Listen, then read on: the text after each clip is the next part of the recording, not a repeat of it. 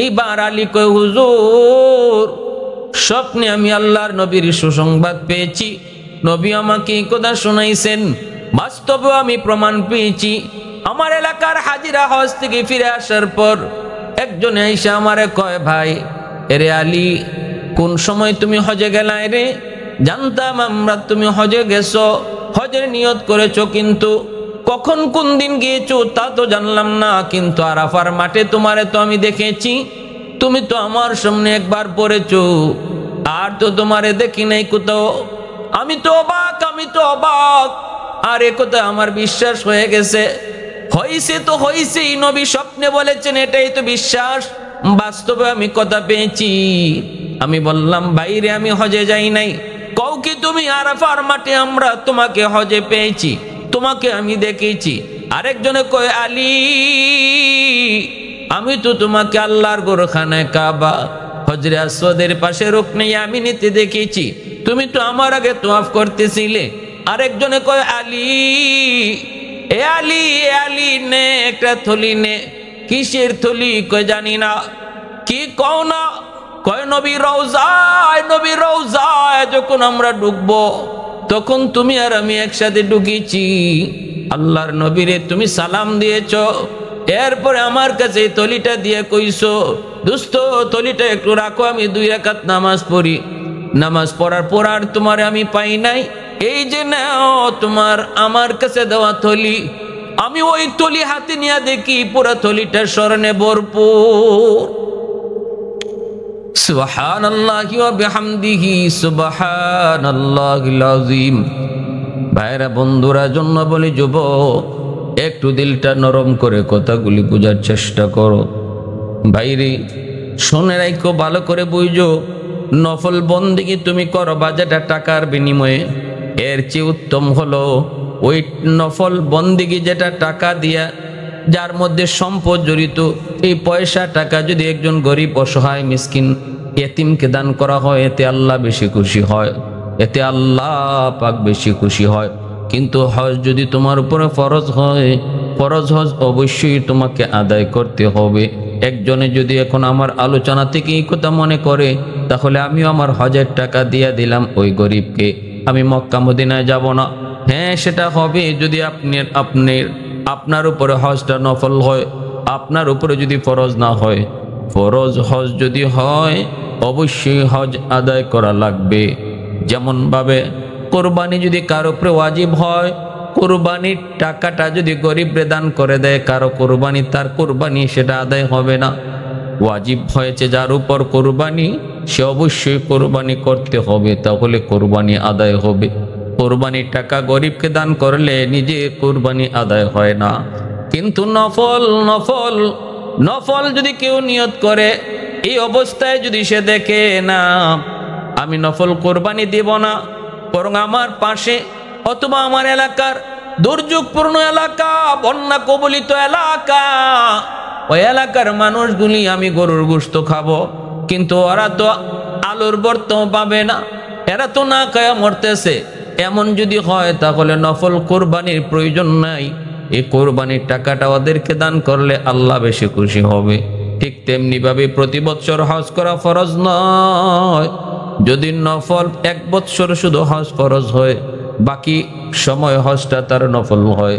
প্রতি বছর হজ না কইরা যদি সে এই টাকা পয়সা তার অসহায় আত্মীয়র ভিতরে কোনো মিসকিন এতিমকে দান করে, আল্লাহ বেশি খুশি হয়। কারণ মানুষ মানুষের জন্য খেদমতে খালকের দ্বারা আল্লাহ পাওয়া যায়।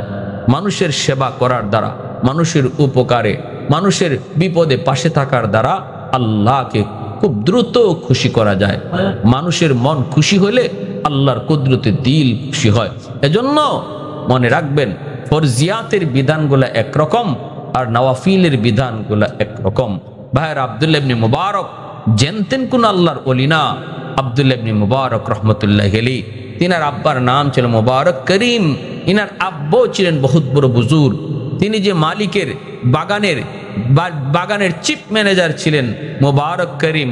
আব্দুল্লাহ ইবনে মুবারক রহমতুল্লাহ আলাইহির আব্বা মালিক দীর্ঘদিন যাবত ওনার আব্বাকে তার বাগানের চিফ ম্যানেজার বানায় রাখছিল। মালি বানিয়ে রাখছিল, ফুল বাগানের পাহারাদার এবং নিয়ন্ত্রক বানিয়ে রাখছিল। এই মালিক একদিন নিজে তার বাগানে ঢুকছেন, ঢুকে বলতেছেন, মুবারক আমার একটা ডালিম খাওয়াও। মুবারক করিম একটা ডালিম আইনা খাওয়াইছেন, কিন্তু মালিক মুখে দিয়ে দেখে অনেক তিতা। মালিক কই, মুবারক একটা ডালিম চাইলাম, কিন্তু এই গাছের ডালিম যে এত তিতায়, তুমি আমারে কেমন করে খাওয়াইছো, তুমি কি জানো না? মুবারক করিম কই, উস্তাদ মালিক আমার আজকে 20 বছর যাবত আপনার বাগানে আমি ডিউটি করি। একবারের জন্য আমি কোন গাছের ফল মিষ্টি আর কোন গাছের ফল কম মিষ্টি এই পরীক্ষা করি নাই। আল্লাহর ঘর খানায় কাবা 7 বার তাওয়াফ করলেন, তারপর জমজমের পানি খেয়ে আল্লাহর ঘর খানায় কাবায় তিনি ঘুমিয়ে পড়লেন। স্বপ্নের ভিতরে দেখতে পান মাথার পাশে 2 জন বুজুর্গ, মূলত আল্লাহর ফেরেশতা। একজন আরেকজনকে জিজ্ঞেস করেন, এই বৎসর কতজন হাজি হজে আসলেন? আরেকজন বলতেছে 6 লক্ষ হাজি এ বৎসর হজ করতে এসেছেন। প্রশ্নকারী আবার প্রশ্ন করে, কয়জনের হজ কবুল হলো? জবাব দেয়, একজনের হয় নাই, কারো হজ কবুল হয় নাই, কিন্তু একজন মুচির উসিলায় আল্লাহ পাক 6 লক্ষ হাজির হজকে আল্লাহ কবুল করেছেন। আব্দুল্লাহ ইবনে মুবারক স্বপ্নের ভিতরে তিনি কথাগুলি শুনেন। অন্যজন জিজ্ঞেস করে, কও কি তুমি একজন মুচির উসিলায় আল্লাহ পাক এই বছর আগত হয় হাজিদের 6 লক্ষ হাজির হজ কবুল করলেন, এটা কেমন করে সম্ভব? জবাব দেয়, শুধু আশ্চর্যের বিষয় নয়, এর চেয়ে আরো আশ্চর্যের বিষয় হলো ওই হাজি সাহেব হজ করতেই আসে নাই। সে তার এলাকায়, তার বাড়ি হলো সিরিয়ায় রয়েছে, হজে আসে নাই, অথচ তার হজ কবুল কইরা আল্লাহ পাক তার উসিলায় এই বৎসরের 6 লক্ষ হাজির হজকে আল্লাহ কবুল করে নিয়েছেন। আব্দুল্লাহ ইবনে মুবারক রহমতুল্লাহি আলাইহি তিনি লোকটার নাম স্বপ্ন যুগে তিনি পাইলেন। প্রশ্নকারী আবার প্রশ্ন করে, লোকটার নাম কি? নাম হলো আলী ইবনে মুআফকে। সে একজন মুচি মানুষের জুতা সেলাই করে। পেশাটাও এত মূল্যবান কোনো পেশা নয়, কিন্তু আল্লাহর কাছে এত দাম, তার এত দাম। বাড়ি হলো সিরিয়ার, নাম হলো আলী ইবনে মুআফকে। আব্দুল্লাহ ইবনে মুবারক রহমতুল্লাহি আলাইহি অবাক তো হলেন। স্বপ্ন ভাঙ্গার পর সঙ্গী সাথী হাজিদেরকে বললেন, দোস্তরা তোমরা হজ শেষে ইরাক চলে যাও। তিনার বাড়ি হলো ইরাক, তিনি ইরাক থেকে কাফেলা নিয়ে হজে এসেছেন।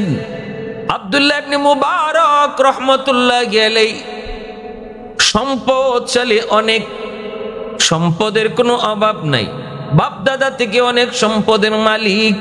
এজন্য প্রতি বৎসর তিনি হজ করতে আসতেন। যদিও প্রতি বৎসর হজ করা ফরজ নয়, জীবনে হজ একবারই ফরজ।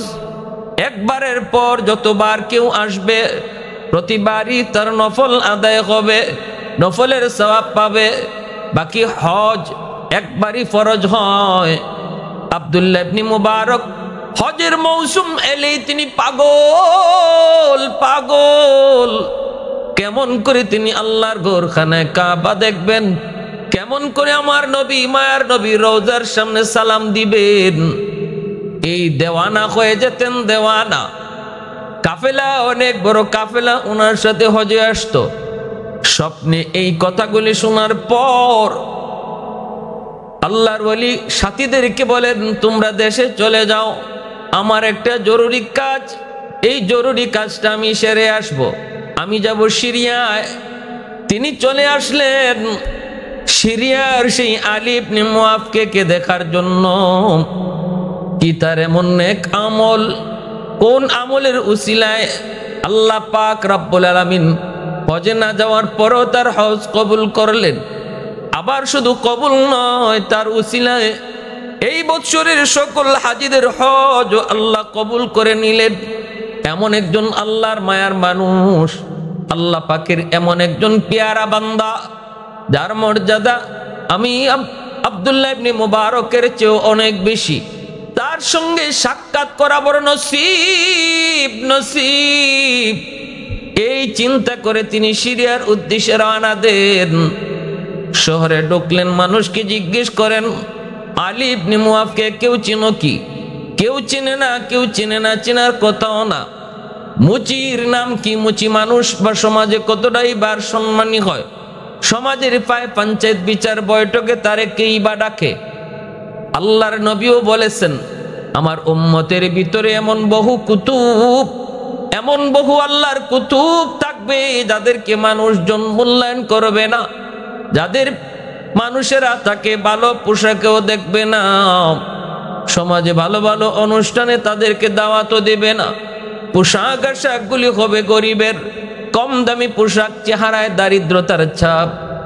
আল্লাহর নবী বলেন এমন আমার কিছু উম্মতের ভিতরে কুতুব যুগে যুগে থাকবে, যুগে যুগে তারা থাকবে। আব্দুল্লাহ ইবনে মুবারক রাহমাতুল্লাহি আলাইহি তিনি মানুষদেরকে জিজ্ঞেস করেন আলী ইবনে মুআফকে কে কেউ চিনো কি? কেউ বলে না, আমরা তো এমন নামে কাউকে চিনি না, চিনার তো কোথাও না। তিনি এবার মনে মনে ভাবলেন তাহলে তো লোকটা শহরে নয়, শহরে থাকে না। শহরে থাকলে তো কম বেশি কেউ না কেউ তারে চিনার কথা। গোটা শহর তালাশ করার পর আব্দুল্লাহ ইবনে মুবারক রাহমাতুল্লাহি আলাইহি তিনি চলে গেলেন গ্রামে। মনে হয় লোকটা গ্রামের বাসিন্দা। গ্রামের বাজারে তিনি যে খুঁজতে লাগলেন, পরিচয় পেয়ে গেলেন একজনে।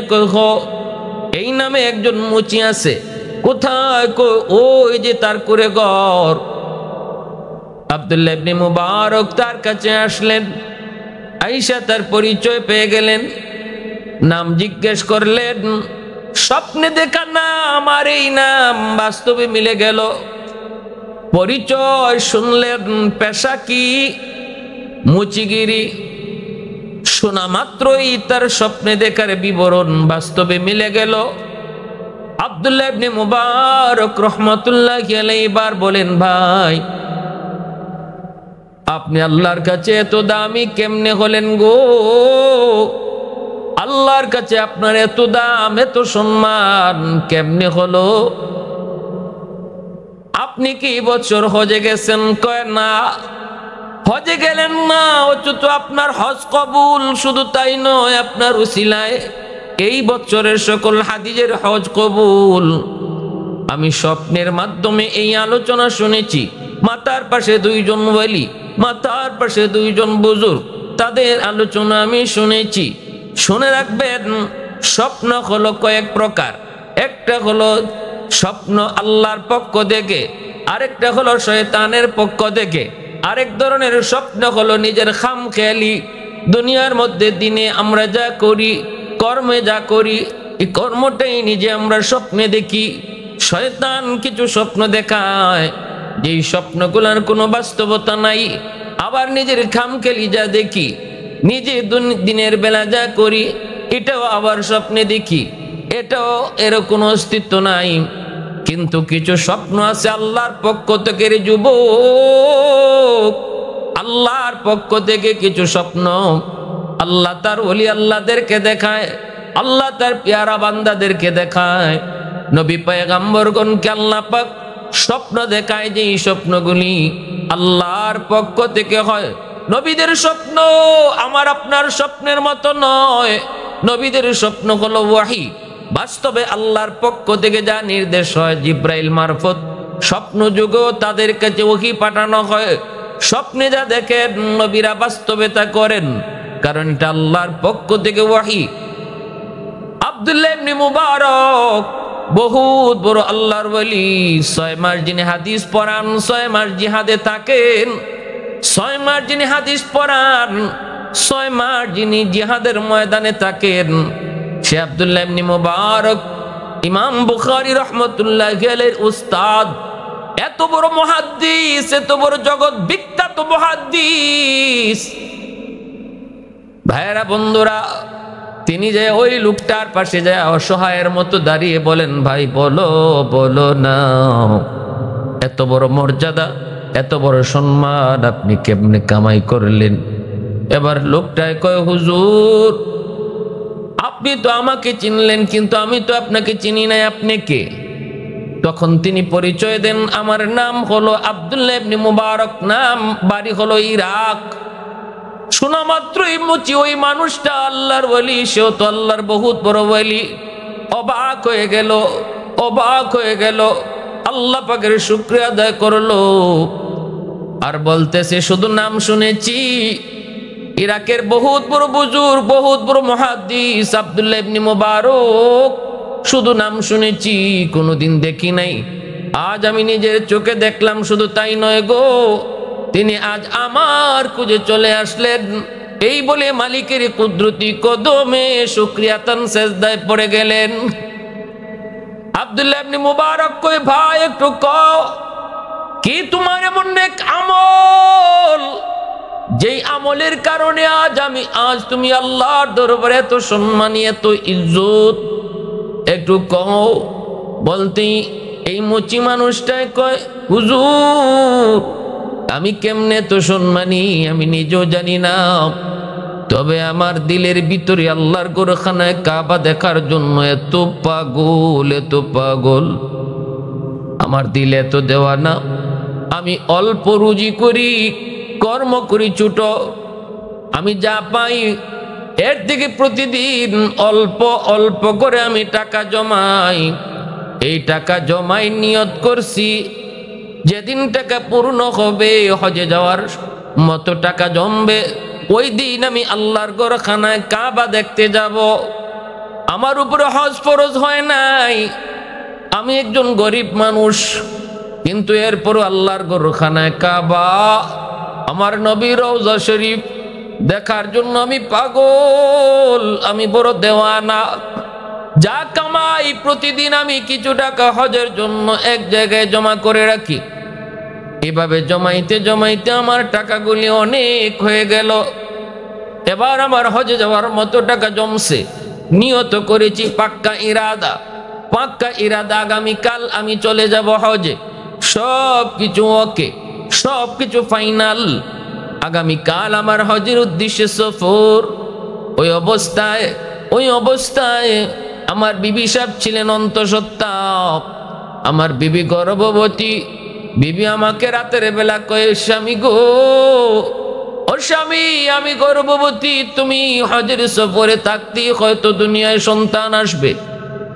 জানি না গো স্বামী, আপনি ফিরে আসার পর আপনি আমাকে দুনিয়াতে পান কি পান না আমি জানি না। কারণ প্রসব বেদনা যখন শুরু হয়, কত নারী ওই অবস্থায় দুনিয়া থেকে বিদায় হয়।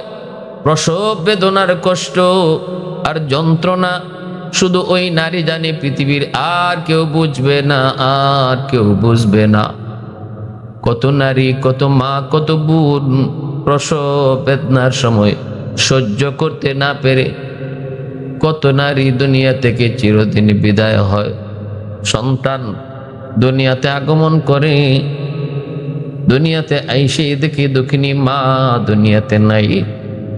এত কষ্ট, এত যন্ত্রণা। এই কষ্ট ওই সময় হয়তো আপনি আবার হজ থেকে আসবেন, আল্লাহ হায়াতে রাখলে হয়তো পাবেন, নয়তো পাবেন না। এজন্য স্বামী গো, আপনার কাছ থেকে আমি মাপ চাই। যদি জীবনে কোনোদিন ভুল করে থাকি, মাফ করে দিবেন। আপনি আমাকে মাফ করে যান। আর যদি আমি আপনার হক যথাযথ আদায় করতে পারি নাই গো স্বামী, আপনি আমার উপর কোনো অভিমান রাখেন না, আমার উপর কোনো কষ্ট রাখেন না। স্বামী বিবির হাত ধরে কয়, না গো বিবি, আমি তোমার উপর খুশি, আমি তোমার উপর খুশি। আমাদের দাম্পত্য জীবন ছিল বড় সুখের, বড় আনন্দের। আমার তোমার প্রতি কোনো রাগ নাই, কোনো গুসা নাই, কোনো অভিমান নাই। আমি তোমার উপর চরম থেকে চরম খুশি। বিবি বার কয়, স্বামী গো, ও স্বামী, শেষ বেলা আমার একটা ইচ্ছা পূরণ করবেন নি? স্বামী কয়, কি কও? কয়, আমার একটু গোশত খাওয়ার ইচ্ছা হইতেছে, মন চায় একটু গোশত খাবো, আমার একটু গোশত খাওয়াইয়া যাবেন নি? হয়তো জানি না এই গোশতই আমার জীবনের শেষ খাওয়া হতে পারে। স্বামী গো, আমার মন চায়, দেখেন একটু গোশত পান কিনা। আলী ইবনে মুআফকে কয়, বিবি, এত রাত আমি গোশত পাবো কোথা থেকে? এখন গোশত তোমার খাওয়াবো কোত্থেকে? এরপরও স্বামী বের হয়ে গেলেন স্ত্রীর মনের আশাটা পূরণ করার জন্য। পাশের ঘর থেকে গোশতে রান্নার একটু ঘ্রাণ আসতেছে। আলী ইবনে মুআফকে ওই পাশের ঘরে গেলেন, যায় দরজার আড়াল থেকে ডাক দিলেন, আসুনি কেউ ঘরে? একটু তরকারি দেওয়া যাবে নি, কালকে আবার ফেরত দিয়ে দিব। আমার বিবি এখনই এই মুহূর্তে একটু গোশত খাইতে চায়, যদি আমাকে একটু করজ দেন, আমি আগামী কাল হয়তো আবার ফেরত দিয়ে দেব। ভিতর থেকে একজন মহিলা আওয়াজ দেয়া কয়, আলী, ও আলী, এই গোশতটা শুধু আমাদের জন্যই হালাল, এই গোশতটা তোমার জন্য হালাল নয়। এই গোশতটা শুধু আমার জন্য, আমার পরিবার, আমার বাচ্চাগুলির জন্য হালাল, তোমার জন্য সেটা হালাল নয়, সেটা হারাম। আলী কয়, এটা কেমন কথা? শরীয়তের কোনো বিধিবিধান কারো জন্য হালাল, কারো জন্য হারাম নয় গো। শরীয়তের বিধান সবার জন্য সমান। ধনীর জন্য যেটা হালাল, গরিবের জন্য সেটা হালাল। ধনীর জন্য যেটা হারাম, গরিবের জন্য সেটা হারাম। পুরুষের জন্য যেটা হালাল, নারীর জন্য সেটা হালাল। পুরুষের জন্য যেটা হারাম, নারীর জন্য হারাম। শরীয়তের বিধিবিধান আল্লাহ পাক ধার্য করে দিয়েছে। এখানে ধনী গরিবের কোনো প্রশ্ন নাই, এখানে ধনী গরিবের কোনো প্রশ্ন নাই। কিন্তু মহিলা ভিতর থেকে কয়, না রে আলী, এটা এমন এক বিধান, যে বিধানটা আল্লাহ শুধু গরিবের জন্যই, আমার মতো যারা, তাদের জন্য আল্লাহ বৈধ করেছে, আর কারো জন্য এটা বৈধ না। কেমনে একটু বুঝায় কো? মহিলা এবার চোখের পানি ফেলায় কয়, আলী, আমার স্বামী দুনিয়াতে নাই, আমার 3টা এতিম বাচ্চা আছে। আজ 3 দিন যাবত আমার ঘরে খানা নাই। আমার বাচ্চাগুলি একদম কান্না করে করে ক্ষুধার যন্ত্রণায় বেহুশ হয়ে গেছে রে আলী। আমি একজন মা, চোখের সামনে সন্তান না খায়া মারা যায়, জান যায় কেমনে সেটা সইতে পারি নাই। আমি বের হয়ে গেছি পাগলের মতো, কোথায় কি পাওয়া যায়। খুঁজতে খুঁজতে যে একটা মরা গরু পেয়েছি। আমি চিন্তা করে দেখলাম, এটা তো মরা গরু, খাওয়া হারাম। কিন্তু শরীয়তের মাসালা এটা আমার জানা ছিল।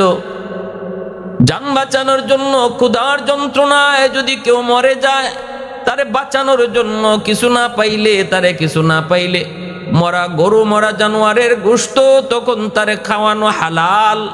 শুধু ওই মানুষটার জন্য হালাল, যেই মানুষটার আর খাওয়ার কিছুই নাই, খাদ্য বলতে কিছুই নাই। আবার জান যায় অবস্থা, ওই অবস্থায়, ওই প্রেক্ষাপটে তার জন্যই শুধু এই গোশতটা হালাল। অতএব তুমি যেই রান্নার গোশত ঘ্রাণ পেয়েছো, এটা কোনো জীবিত জন্তু, কোনো পশুর গোশত নয়, এটা হলো একটা মরা জানোয়ারের গোশত। এই গোশতটা আমার এতিম বাচ্চাগুলির জন্যই শুধু বৈধ, তোমার জন্য বৈধ নয়। এই কথাটা শোনা মাত্রই আলী কয়, আমি আর ঠিক থাকতে পারলাম না, চোখ তরেও ধরে পানি ধরতে লাগলো। হায় রে, আমার ঘরে তো খানা আছে, আমি টাকা দিয়ে হজের উদ্দেশ্যে রওনা দিব, কিন্তু আমার পাশের ঘরে এতিম বাচ্চাগুলি না খায়া মরে। আমার উপরে তো হজ ফরজ না, আল্লাহ তো আমার উপরে হজ ফরজ করে নাই।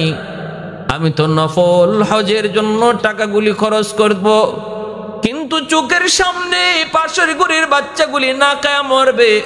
কিয়ামতের ময়দানে যদি আল্লাহ আমারে ডাক দিয়ে কয়, আলী এই হজ তো তোমার উপরে ফরজ ছিল না, হজের টাকাগুলি যদি এতিম বাচ্চাগুলিরে দিতা তাহলে তো তারা খায়া বাঁচত। কি জবাব দিব, কি জবাব দিব মালিকের দরবারে? দৌড় দিয়ে আলী চলে আসলেন। আয়েশা থলেতে রাখা হজের যে টাকাগুলি ছিল জমানো, বছরের পর বছর যাবত যেই টাকাগুলি তিনি জমাইছিলেন হজের জন্য, ওই টাকাগুলি নিয়ে এতিম বাচ্চার মার কাছে দিয়া বলেন, মা গো নেন, এই টাকাগুলি আপনি আপনার সন্তানদেরকে নিয়ে খরচ করেন। আল্লাহর বান্দা আলী ইবনে মুআফকে তিনি আব্দুল্লাহ ইবনে মুবারককে কথাগুলি বলতেছেন আর চোখের পানি জোরে কান্দেন। আব্দুল্লাহ ইবনে মুবারক রাহমাতুল্লাহি আলাইহি তিনিও চোখের পানি জোরে কান্দেন। লোকটা কয়, হুজুর ওই রাতে আমি অনেক শান্তি পেলাম টাকাগুলি দেওয়ার পর। আমার এই টাকা পয়সাগুলি তাদেরকে দেওয়ার পর আমি দিলের ভিতরে এমন এক প্রশান্তি পেয়েছি যে প্রশান্তিটা টাকার বিনিময়ে কখনো কেনা যায় না। হুজুর দেওয়ার পর আমি অনেক আনন্দিত হয়েছি। স্বপ্নে ওই রাতে আমি ঘুমাইলাম, ঘুমানোর পরে স্বপ্নে দেখি আমার ঘর পুরা আলোকিত হয়ে গেছে, নূরে নূরান্বিত হয়ে গেছে। হঠাৎ করে আমার ঘরে সূর্য, ঘটনা কি? একটু পরে তাকায় দেখি আর কেউ নন, তিনি রহমতের নবী, মায়ার নবী। পরিচয় দিয়ে কয়, আলী এ আলী আয়, আজ তুই আমার এতিম বাচ্চাগুলির সাথে এমন আচরণ করেছো যে এতিম বাচ্চাগুলির বংশ আমি নবীর বংশ, আমার নবীর বংশের বাচ্চাগুলি এতিমের সাথে এত সুন্দর আচরণ তুমি করেছো। আয় আমার বুকে আয়, আমি নবী মদিনা থেকে তোর সাথে দেখা করার জন্য সিঁড়ি আসলাম। তুই তো যে আমার সঙ্গে দেখা করতি, কিন্তু আমি নবী চলে এসেছি। আর একটা তোর জন্য সুসংবাদ জানাই, তুই হজে যাও নাই, কিন্তু আল্লাহ পাক তোর সুরতে একজন ফেরেশতারে আল্লাহ পাক মক্কা মদিনায় হজ করাইছে। তোর হজটারে আল্লাহ শুধু কবুল করছে তা না রে আলী, তোর উসিলায় এই বছরের 6 লক্ষ হাজির হজ আল্লাহ কবুল করেছে। मैं तालिब मौला हूँ मेरे इश्क निराला, मैं तालिब मौला हूँ मेरे इश्क निराला, है जुमला जहाँ जिनके तजल्ली से उजाला, है जुमला जहाँ जिनके तजल्ली से उजाला, मादर दो जहाँ गैर खुदा यार नदारेम, जुज़ याद खुदा ही चेदिगुर कार नदारेम, जुज़ याद खुदा ही चेदिगुर कार नदारेम। আব্দুল্লাহ ইবনে মুবারক কথাগুলি শুনতেছেন। এইবার আলী কয়, হুজুর স্বপ্নে আমি আল্লাহর নবীর সুসংবাদ পেয়েছি, নবী আমাকে এই কথা শোনাইছেন, বাস্তবে আমি প্রমাণ পেয়েছি। আমার এলাকার হাজিরা হজ থেকে ফিরে আসার পর একজন এসে আমারে কয়, ভাই এরে আলী কোন সময় তুমি হজে গেলাই রে? জানতাম আমরা তুমি হজে গেছো, হজের নিয়ত করেছো, কিন্তু কখন কোন দিন গিয়েছো তা তো জানলাম না। কিন্তু আরাফার মাঠে তোমারে তো আমি দেখেছি, তুমি তো আমার সামনে একবার পড়েছো, আর তো তোমারে দেখি নাই কোথাও। আমি তো অবাক। আর এ কথা আমার বিশ্বাস হয়ে গেছে। হইছে তো হইছেই, নবী স্বপ্নে বলেছেন, এটাই তো বিশ্বাস। বাস্তবে আমি কথা পেয়েছি। আমি বললাম, বাইরে আমি হজে যাই নাই। কও কি তুমি? আরাফার মাঠে আমরা তোমাকে হজে পেয়েছি, তোমাকে আমি দেখেছি। আরেকজনে কয়, আলী আমি তো তোমাকে আল্লাহর গোরখানায় কাবা হজরে আসওয়াদের পাশে রুকনে ইয়ামিনিতে দেখেছি, তুমি তো আমার আগে তওয়াফ করতেছিলে। আরেকজনে কয়, আলী এ আলী এ আলী নে একটা থলি নে। কিসের থলি? কয় জানি না। কি কও না? কয় নবী রওজায় যখন আমরা ঢুকবো তখন তুমি আর আমি একসাথে ঢুকেছি। আল্লাহর নবীরে তুমি সালাম দিয়েছ, এরপরে আমার কাছে এই তলিটা দিয়ে কইছো, দোস্ত তলিটা একটু রাখো, আমি 2 রাকাত নামাজ পড়ি। নামাজ পড়ার পর আর তোমার আমি পাই নাই, এই যে নাও তোমার আমার কাছে দেওয়া থলি। আমি ওই থলি হাতে নিয়ে দেখি পুরা থলিটা স্মরণে ভরপুর। সুবহানাল্লাহি ওয়া বিহামদিহি সুবহানাল্লাহিল আযীম। ভাইরা বন্ধুরা জন্য বলি, যুবক একটু দিলটা নরম করে কথাগুলি বোঝার চেষ্টা করো। ভাইরে শুনে রাখো, ভালো করে বুঝো, নফল বন্দেগী তুমি করো যেটা টাকার বিনিময়ে, এর চেয়ে উত্তম হলো ওই নফল বন্দেগী যেটা টাকা দিয়া, যার মধ্যে সম্পদ জড়িত। এই পয়সা টাকা যদি একজন গরিব অসহায় মিসকিন এতিমকে দান করা হয়, এতে আল্লাহ বেশি খুশি হয়, এতে আল্লাহ পাক বেশি খুশি হয়। কিন্তু হজ যদি তোমার উপরে ফরজ হয়, ফরজ হজ অবশ্যই তোমাকে আদায় করতে হবে। একজনে যদি এখন আমার আলোচনা থেকে এই কথা মনে করে, তাহলে আমিও আমার হজের টাকা দিয়ে দিলাম ওই গরিবকে, আমি মক্কা মদিনায় যাব না। হ্যাঁ, সেটা হবে যদি আপনার উপরে হজটা নফল হয়, আপনার উপরে যদি ফরজ না হয়। ফরজ হজ যদি হয়, অবশ্যই হজ আদায় করা লাগবে। যেমন ভাবে কোরবানি যদি কারো উপরে ওয়াজিব হয়, কোরবানির টাকাটা যদি গরিবরে দান করে দেয় কারো কোরবানি, তার কোরবানি সেটা আদায় হবে না। ওয়াজিব হয়েছে যার উপর কোরবানি, সে অবশ্যই কোরবানি করতে হবে, তাহলে কোরবানি আদায় হবে। কোরবানির টাকা গরিবকে দান করলে নিজে কোরবানি আদায় হয় না। কিন্তু নফল নফল নফল যদি কেউ নিয়ত করে, এই অবস্থায় যদি সে দেখে না আমি নফল কোরবানি দেব না, বরং আমার পাশে অথবা আমার এলাকার দুর্যোগপূর্ণ এলাকা, বন্যা কবলিত এলাকা, ওই এলাকার মানুষগুলি আমি গরুর গোশত খাবো, কিন্তু ওরা তো আলোর বর্ত পাবে না, এরা তো না খায়া মরতেছে, এমন যদি হয় তাহলে নফল কোরবানির প্রয়োজন নাই। এই কোরবানির টাকাটা ওদেরকে দান করলে আল্লাহ বেশি খুশি হবে। ঠিক তেমনি ভাবে প্রতি বছর হজ করা ফরজ নয়। যদি নফল 1 বছর শুধু হজ ফরজ হয়, বাকি সময় হজটা তার নফল হয়। প্রতি বছর হজ না কইরা যদি সে এই টাকা পয়সা তার অসহায় আত্মীয়র ভিতরে কোনো মিসকিন এতিমকে দান করে, আল্লাহ বেশি খুশি হয়। কারণ মানুষ মানুষের জন্য খেদমতে খালকের দ্বারা আল্লাহ পাওয়া যায়। মানুষের সেবা করার দ্বারা, মানুষের উপকারে, মানুষের বিপদে পাশে থাকার দ্বারা আল্লাহকে খুব দ্রুত খুশি করা যায়। মানুষের মন খুশি হলে আল্লাহর কুদরতে দিল খুশি হয়। এজন্য মনে রাখবেন, ফরজিয়াতের বিধানগুলো একরকম আর নওয়াফিলের বিধানগুলো একরকম। ভাইয়ের আব্দুল্লাহ ইবনে মুবারক জানতেন কোন আল্লাহর ওলি না। আব্দুল্লাহ ইবনে মুবারক রহমতুল্লাহি আলাইহি, তিনার আব্বার নাম ছিল মুবারক করিম। ইনার আব্বু ছিলেন বহুত বড় বুজুর্গ। তিনি যে মালিকের বাগানের চিফ ম্যানেজার ছিলেন মুবারক করিম। আব্দুল্লাহ ইবনে মুবারক রহমতুল্লাহি আলাইহির আব্বা মালিক দীর্ঘদিন যাবত ওনার আব্বাকে তার বাগানের চিফ ম্যানেজার বানায় রাখছিল, মালি বানায় রাখছিল, ফুল বাগানের পাহারাদার এবং নিয়ন্ত্রক বানায় রাখছিল। এই মালিক একদিন নিজে তার বাগানে ঢুকছেন, ঢুকে বলতেছেন, মুবারক আমার একটা ডালিম খাওয়াও। মুবারক করিম একটা ডালিম আইনা খাওয়াইছেন, কিন্তু মালিক মুখে দিয়ে দেখে অনেক তিতা। মালিক কই, মুবারক একটা ডালিম চাইলাম, কিন্তু এই গাছের ডালিম যে এত তিতাই, তুমি আমারে কেমন করে খাওয়াইছো, তুমি কি জানো না? মুবারক করিম কই, উস্তাদ মালিক আমার আজকে 20 বছর যাবত আপনার বাগানে আমি ডিউটি করি। একবারের জন্য আমি কোন গাছের ফল মিষ্টি আর কোন গাছের ফল কম মিষ্টি এই পরীক্ষা করি নাই। একবারের জন্য আমি হাত দেই নাই। তাই বলে এই কথা না আমার হাত যায় না, ইচ্ছা হয় না এমন না, ইচ্ছা হয়, হাতও যায় ফলের কাছে। কিন্তু যখনই কোনো ফলের কাছে হাত যায়, তখনই আমি দেখতে পাই আসমানের মালিক আমার দিকে তাকায় রইছে আর ডাক দিয়ে কয়, মুবারক এগুলা তোমার কাছে আমানত, আমানতের বস্তু, মালিকের অনুমতি ছাড়া হাত দেওয়া নিষেধ। যেই মাত্র আমি কোনো ফলের দিকে হাত দেই, দেখি আল্লাহ আমার দিকে তাকায় রইছে।